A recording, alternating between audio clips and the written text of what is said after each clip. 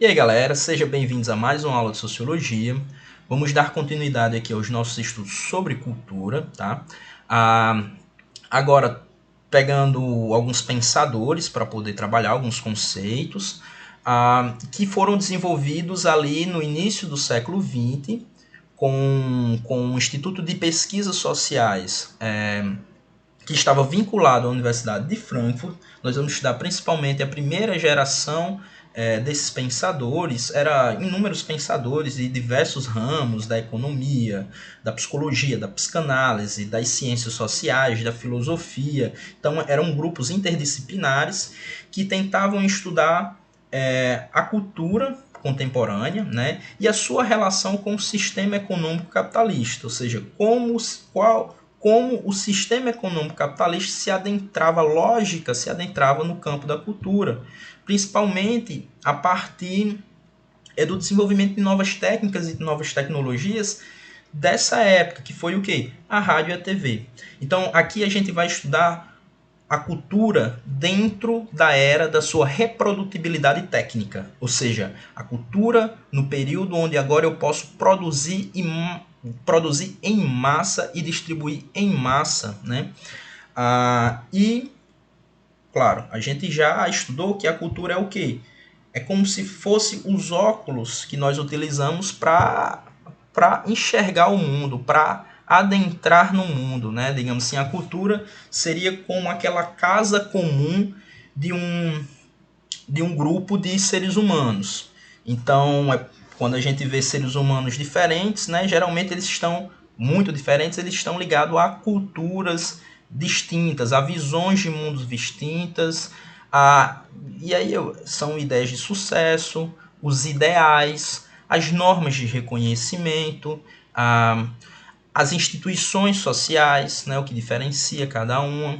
Então, como agora eu estou reproduzindo a cultura, não mais dentro daqueles moldes, cultura popular, que surge ali do povo, né, que é anônima, que é muito ligado a uma longa trajetória de tradição, como também aqui eu estou saindo daquele critério da cultura erudita, né, que ali são eruditos, né, que ali estão ligados com a cultura de vanguarda, com estilos complexos, né. Eu saio desse critério, dessa dualidade, e agora dentro da contemporaneidade a gente vê que meio que essas culturas, esses tipos, essas características, elas se misturam, só que elas não são produzidas nem pelo povo, nem por esses eruditos. Não no sentido, ainda continuam sendo produzidas, mas a arte ela está alienada a um sistema de venda, né? Ou seja, agora a arte ela tem que se preocupar não em só estabelecer tradições, não só em pensar em vanguardas, mas principalmente sobre o critério do consumo pago, né? Então, isso vai dar novas características à cultura, visto que quem produz cultura vai estar agora dentro desse critério. Então, cabe a gente estudar agora o capitalismo, não só no seu aspecto material econômico, como fez já pensadores como Marx, né, e diversos outros, mas também no seu reflexo cultural, né? Então, vamos aqui ver alguns dados. Bom, primeiro a sua influência, né? Tem uma influência que vem de uma tradição da chamada teoria crítica, né? A teoria crítica ela vai sair um pouco dessa teoria positivista, né? Que a teoria positivista ela meio que vai buscar justificativas para explicar o mundo como ele é.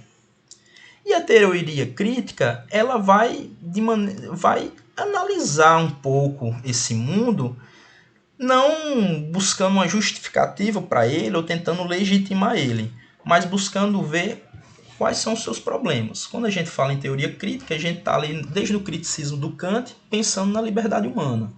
Então a gente vai, dentro da teoria crítica, estudar o que impossibilita o ser humano de ser livre, de agir de maneira autônoma, né? Então, tem essa influência kantiana, claro que eles não vão pegar aquela ideia do imperativo categórico, aqui eu vou dar uma roupagem sociológica, né? só que uma sociologia muito ainda, muito filosófica também. Bom, eles vai fazer uma crítica que tem uma certa briga entre, não briga, né, mas umas certas discussões entre os marxistas e os frankfurtianos, né, algumas dissidências. A primeira é que o Adorno, ele vai, a escola, meio que a escola como um todo, né, da primeira geração, vai criticar o conceito marxista de ideologia, né, pensando, porque o Marx ele vai colocar que a ideologia é justamente aquele mundo invertido. Né? A ideologia é aquele agrupado de ideias, valores, ideais, histórias, mitos, que busca esconder a realidade tal como ela é. Né? Que busca iludir os homens e que faz dos homens buscar a sua liberdade quando no fim estão buscando sua própria servidão, na realidade. Enquanto eu tenho um mundo concreto, né, o mundo da prática. Então na teoria, né, a prática é outra, né, o segundo Marx, né, há uma certa diferença aí. Quando a escola ela vai perceber que no mundo contemporâneo, com um processo iluminista, se antes no mundo tradicional eu tinha essa diferença de teoria e prática, né? A teoria ela meio que negava o mundo concreto, né? Quando você pega toda a Idade Média ali no início, eles estavam preocupados a teoria estava preocupada muito mais com questões religiosas, enquanto que a prática era completamente outra na realidade. Quando a gente vai para o mundo contemporâneo, para o mundo moderno, tardio, a gente percebe que eles percebem, né, que a ideologia e a prática elas não são mais distintas. Elas sim estão ligadas por meio da técnica. Né? Eles vão perceber que a teoria ela até ficou de lado. O que existe na realidade é somente praxis. O que existe é somente técnica. A teoria, ela, se existe alguma, ela está completamente submersa nessa técnica. Né? Então a técnica ela serviria hoje então a maneira como a gente poderia estudar a ideologia, né? Bom, algumas obras, né, seminais, como a dialética negativa e a dialética do esclarecimento. Né? A dialética negativa escreve Adorno e Horkheimer, o primeiro diretor, Adorno o segundo, e dialética do Adorno. Bom, eles têm uma influência weberiana, em certa parte, onde percebe, né? O Weber ele vai ver que o quê? Que na modernidade, naqueles tipos de ações sociais, uma vai predominar, que é a ação racional relativa a fins. Então, o tipo de legitimidade do poder vai ser aquele tipo racional, né? O tipo de dominação racional. Então, dentro dessa análise do Weber, a escola ela vai também, os pensadores também eles vão nessa linha. Porém que a razão, ele vai dizer, não é simplesmente porque quando o Weber ele vai tentar, ele vai pensar em diversos sistemas, né? Sistemas sociais. Tem um sistema tradicional, eu tenho um sistema ali racional, tenho aquele sistema carismático, né? E aí esses sistemas eles vão servir como legitimação, como uma história para fazer as pessoas acreditarem que o poder merece ser obedecido, né? Só que o que vai ser criticado nele é que a razão em si, ela não é mera legitimação, mas ela é prática enquanto tal. Né? Quando a gente percebe assim, o campo da política, é um campo onde Maquiavel está muito presente, é aquele realismo político, aquele pragmatismo, que tanto está nos governantes como também está nos governados. Bom, faz uma crítica do Durkheim também. O Durkheim ele vai entender o tipo de solidariedade como aquele sentimento de obrigação para com os outros, para com o bem-estar dos outros, né? Então, o Durkheim ele vai ver que na contemporaneidade o tipo de solidariedade deixa de ser mecânica, né? Que é baseado na tradição, onde as pessoas, o tipo de coletividade, as pessoas são muito homogêneas, né? O indivíduo ele está sob o jugo daquilo que eles chamam de consciência coletiva. Só que eles vão falar que o tipo de solidariedade não... Ele pensa assim, o Durkheim. Então a gente vai passar para o tipo de solidariedade orgânica, que aí vai ser definido não mais pela tradição, mas pela divisão do trabalho, ou seja, diferentes pessoas, de acordo com o seu modo de trabalhar, tendo as suas diferentes profissões, seus grupos de profissões, vão se tornar bem distintos uns dos outros, tal qual são os nossos órgãos, né? Tecidos, às vezes, diferentíssimos. Só que eles aí vão discordar disso, que ele vai dizer assim, não, essa divisão do trabalho não trouxe essa individualização, né? Na realidade, pelo contrário, né? Quanto mais o capitalismo desenvolveu, mais os seres humanos eles entraram dentro de um modo de raciocinar, de um modo de encarar o mundo, de uma ideologia que no lugar de você ver diferenças, você vê iguais. Essas diferenças, na realidade, são muito mais diferenças de consumo. Mas ontologicamente, existencialmente, no campo da cultura, dos valores, dos anseios, meio que no homem comum isso se generalizou. E por último, essa racionalidade, então, essa racionalidade técnica, né, que é essa contemporânea, essa que desenvolveu durante toda a nossa trajetória, né, ela é sempre calcada pelo cálculo, pela previsibilidade, pela uniformização das consciências, né? É interessante a gente tentar entender o que é essa razão que ele está falando, né? Uma razão técnica, uma razão utilitária. É essa razão de quando você pergunta para que serve isso, né? Essa ideia de que todo conhecimento, toda arte, ela tem uma finalidade específica. E que finalidade? Quem é que dá a finalidade do nosso jogo? É o sistema econômico, muitas vezes, que a gente está. Ou seja, tudo tem que ter uma finalidade de gerar um produto, de gerar uma mercadoria que possa ser vendável, né? Então, esse tipo de racionalidade técnica, ela está desde a nossa origem, né? Uma racionalidade que a gente usa para a gente sobreviver, para a gente construir coisas, né? Para a gente utilizar instrumentos para nos proteger de inimigos, para utilizar esse pensamento para construir canais, irrigação. Então, esse é um tipo de pensamento. Só que durante toda a nossa trajetória, a maior parte, esse tipo de racionalidade não era que dominava. Na realidade, o que dominava era do tipo tradicional, ou seja, elas estavam abaixo de ideias tradicionais, de mitos, de religião, de todo que tinham se desenvolvido por toda uma história de um povo.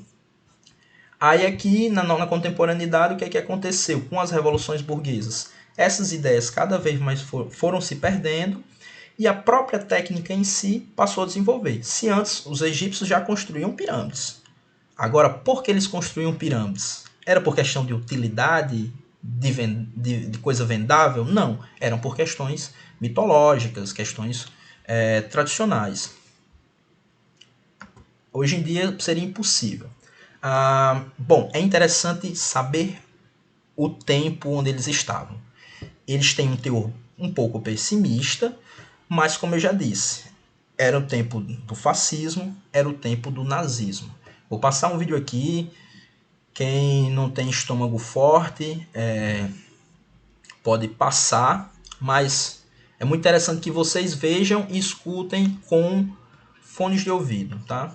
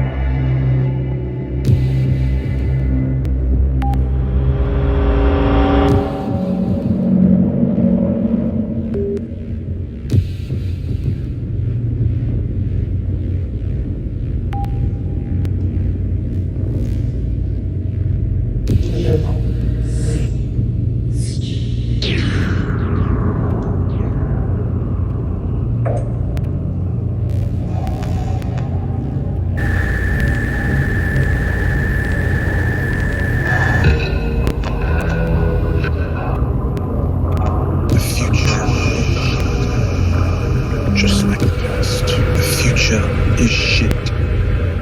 Just like the past. The future is shit. Just like the past. The future is shit. Just like the past. The future is shit. Just like the past. The future is shit. Just like the past. The future is shit. Just like the past. The future is shit. Things have gotten worse. Just like the past. The future is shit. Just like the past. The future is shit. Just like the past. The future is shit. Just like the past. Things have gotten worse. Just like the Not past. better. The future is shit. Just like the past. The future is shit. Just like the past. The future is shit. Just like the past. The future is shit. Not better. Just like the past. The future is shit. Things have gotten worse. Just like the past. The future is shit. Just like the past. The future is shit. Just like the past. The future is shit. Things have gotten worse. Just Not like the better. past. The future is shit. Things have gotten worse. Just like the past. The future is shit. Just like the past. The future is shit. Just like the past. The future is shit. Just like the past. The future is shit. Just like the past. The future is shit. Just like the past. The future is shit. Just like the past. The future is shit. Things have Just like gotten worse. Not better. Just like the past. Bom, pessoal, passei essas imagens eram dos campos de concentração, da Dachau, Auschwitz, para mostrar qual era o espírito dessa época. Importante a gente lembrar que o período anterior foi um período do iluminismo, né? A modernidade ela vem toda com a intenção de acusar as superstições, desvelar as ideologias e trazer um tipo de conhecimento que seja útil ao próprio homem, né? Desenvolver um conhecimento que dê poder ao homem de explorar a natureza, né? E se acreditava durante ali no século XIX, né, ali impulsionado pelo positivismo, de que a reflexão filosófica tivesse ficado datada, né, e a ciência por si só caminharia cada vez mais, trazendo mais progresso. Foi um século bastante otimista, né, onde houve o desenvolvimento exponencial da ciência, e o pensamento da época era o quê? A gente já conseguiu aumentar um pouco o padrão de vida, a gente já conseguiu produzir mais coisas, nos proteger de algumas intempéries da natureza. Então, no futuro, tudo vai ser melhor. Essa ideia que a tecnologia vai nos salvar, até hoje, ela é utilizada. Até hoje, a gente ainda acredita que a tecnologia vai salvar a humanidade por si só. Até hoje, a gente acredita que a ciência vai salvar a humanidade por si só. E aqui a gente está num dos países mais desenvolvidos cientificamente da época, e ao mesmo tempo que ocorre tamanhas barbáries. Inúmeras pessoas foram postas em campos de concentração, feito todo tipo de crueldade, né? Aquilo que a Hannah Arendt vai chamar de mal banal, né? um mal que não tem sentido, um mal que não advém de uma grande ideologia, né? Um mal assim feito banalmente. E isso aí foi mortos ciganos, homossexuais, quem tinha algum defeito físico, dissidentes políticos, né? Então, como uma civilização tão científica, e é interessante também só fazer um parágrafo que a gente fala assim, o nazismo não só teve na Alemanha, pessoal. Nesse período, teve em todo o mundo ocidental. Inclusive, alguns historiadores apontam que o Brasil tinha o segundo ou era o primeiro maior país nazista depois da Alemanha, em número de quantidade de integrantes. Daí você tira. Depois que o Brasil cortou relações, aí houve um pouco a perseguição desse povo. Mas aí você tira. Bom, então é isso que chocou esses pensadores e os fizeram pensar, né? Opa. Bom, então eles vão fazer a crítica dessa razão, desse tipo de raciocínio, né?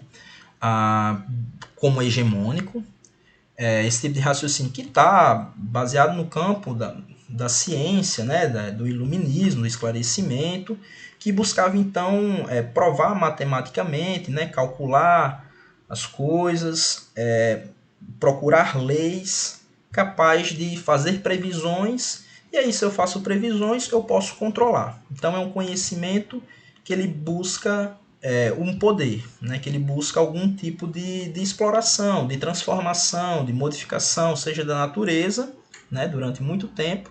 Só que no século XIX começa o quê? As ciências sociais, as ciências psicológicas, que vai então buscar estruturas, leis e possibilidades de previsão do próprio homem para controle do próprio homem. E, a partir disso, utilizar esses veículos de massa para, então, fazer essa maneira de dominação. Esse é um período onde, por exemplo, a TV e a rádio eram utilizados pelos regimes totalitários primordialmente para a campanha política, para produzir filmes financiados pelo Estado que trouxessem grandes mitos para as pessoas. Bom, então que tipo de razão é essa? Qual é que razão é essa que predomina os nossos tempos, né? Primeiro, uma razão que ela está vinculada à técnica, né? A tecne, ao saber fazer, a lida instrumental com o saber, ou seja, um saber que ele serve para algo, que ele traz algo em troca, né? Pensando, tem outros tipos de saberes, né? Tem os saberes poéticos, artísticos, tem saberes religiosos, né? Espirituais, que não vai lhe trazer um benefício, mas vai lhe dar uma orientação de vida. Bom, ele promove a possibilidade de calcular e dar utilidade, justamente, né? Conhecimento científico como um todo, né? O conhecimento científico técnico, né? Porque também tem um conhecimento científico aquele de vanguarda, né? Que inicialmente não serve de nada. Bom, ele erradica do mundo a dimensão do gratuito, né? Da arte, né? A arte feita de maneira gratuita, sem ver o que nem porquê, e sim vai centralizar agora a arte no âmbito do pago, né? Daquilo que eu possa vender, que alguém possa consumir. Então, ela é uma nova forma de dominação, né? Ou seja, ela que vai por exemplo, dar indicação de políticas públicas, ela quem vai dar indicação de quem deve morrer, de quem deve viver, ela quem vai dar indicação sobre quem merece ou não aposentadoria, né? Então, são esses discursos técnicos. Você vê que todo tipo de legitimidade que um político ele vai utilizar 1001 estatística, 1001 cálculo que a gente não sabe de onde ele tirou, né? Mas, digamos assim, vai ser essa legitimidade técnica. Sempre vai ter os técnicos, né? Bom, vamos adiante. Bom, aqui eu vou parar.